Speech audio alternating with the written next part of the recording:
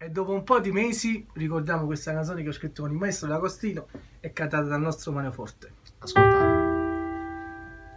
Ma che ne sanno quanto amavo bene,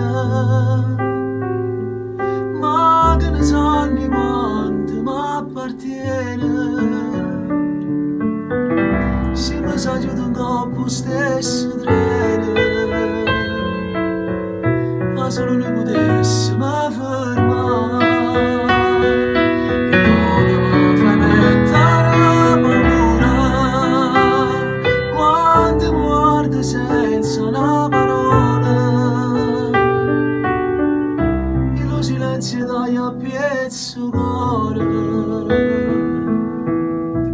ma carizia d'oro a me calma. Ciao dalla Desa!